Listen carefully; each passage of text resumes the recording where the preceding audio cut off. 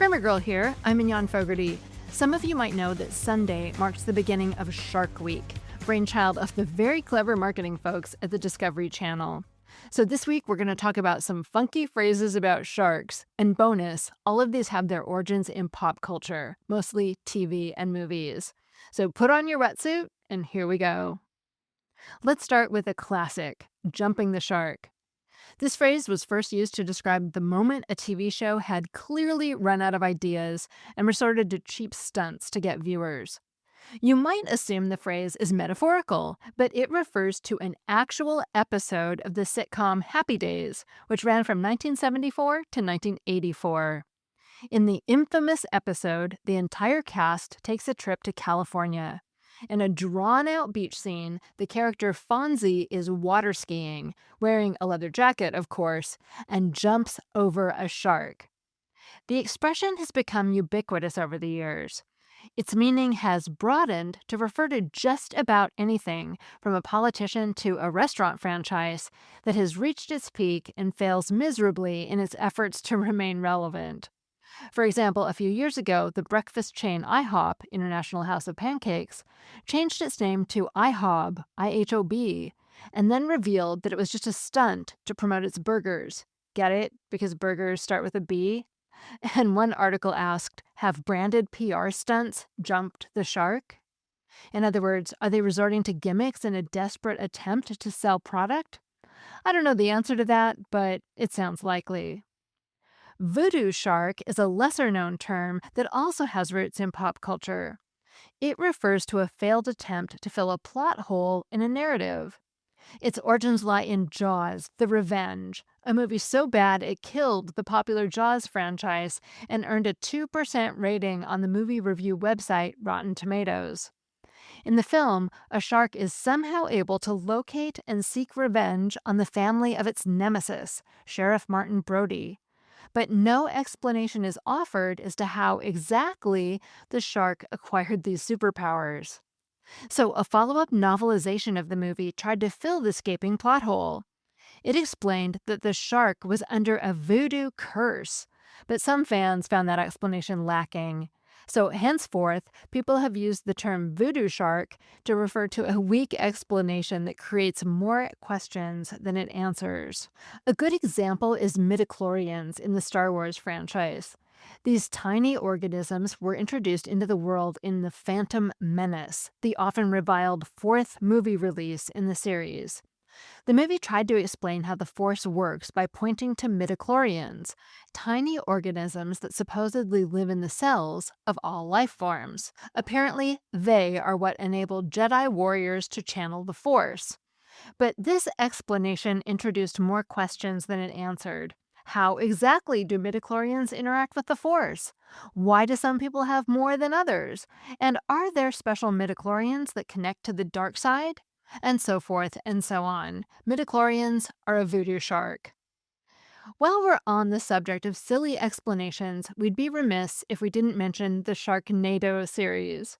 There have been 6 films, and a prequel, Sharknado Origins, was supposed to launch in summer 2026, but that's now, and I can't find anything current about it, so it's likely coming later, if at all. Still, it's almost an institution. A Sharknado is exactly what it sounds like, a natural disaster in which a tornado scoops up sharks from the ocean and sprinkles them all over unsuspecting citizens. At once scorned and beloved, the Sharknado franchise enjoys a special status in U.S. popular culture. It's similar to that briefly held by the movie Snakes on a Plane. That one has 0 sequels, by the way. Many of you have probably seen the 1997 movie Austin Powers, International Man of Mystery.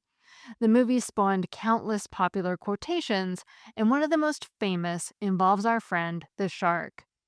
In the film, supervillain Dr. Evil has an intricate plan to destroy the hero Austin Powers. When Dr. Evil is told he can't set up an elaborate shark-related plan, he rants, "You know, I have one simple request, and that is to have sharks with freakin' laser beams attached to their heads." This moment inspired countless memes, and it's an expression that's still used in response to an absurd, if not impossible, request. For example, a professor at the College of William and Mary was quoted as describing all the blue sky projects his team was working on using 3D printing technology. He ended the article with this thought: "Sharks with laser beams attached to their heads? Sure, we'll give it our best shot." Some of our older listeners, and that includes me, might remember the land shark. He was featured on early episodes of Saturday Night Live and played by actor Chevy Chase. This silly predator would knock on the door of unsuspecting women and announce "plumber" or "flowers." As Jaws-inspired music soared, the victim would open the door, only to be devoured by a giant stuffed shark. As the body count piled up, the land shark would use increasingly absurd ruses to get victims to fall for his scheme. If you've ever heard someone inexplicably shout, "Candygram," now you know why. Finally, there's the popular reality show called Shark Tank. This show features real-life entrepreneurs pitching their business ideas to a panel of potential investors, who are referred to as sharks because they are ruthless in their criticism and intimidating to face. The sharks offer feedback and decide which startups, if any, get money.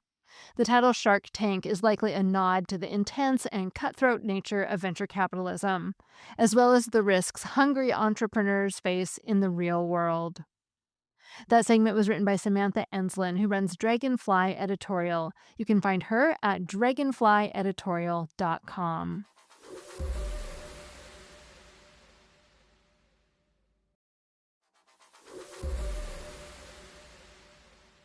Finally, I don't have a FAMILECT this week. You need to call and tell me yours. Instructions are in the show notes. But I do have a comment from Paul clarifying something I asked about a few episodes ago. Hello, Mignon. This is Paul calling from Joplin.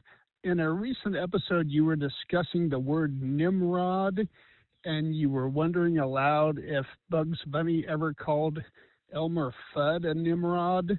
I'm a huge fan of the classic Warner Brothers cartoons, and I'm almost certain that Bugs never did. However, in Rabbit Every Monday from 1951, Bugs does call Yosemite Sam a Nimrod, and Daffy Duck does call Elmer Fudd a Nimrod in the film What Makes Daffy Duck. You can find clips of both of those on YouTube if you care to check them out. Keep up the good work. Bye. Thanks, Paul. I love it when listeners call in with this kind of deep pop culture research that I never would have found on my own. Grammar Girl is a quick and dirty tips podcast. Thanks to Nat Hoops, Morgan Christianson, Rebekah Sebastian, Holly Hutchings, Dan Feierabend, Maram, Elnagheeb, and Stephen Schapansky, who collects way too many hockey jerseys. And I'm Mignon Fogarty, better known as Grammar Girl. That's all. Thanks for listening.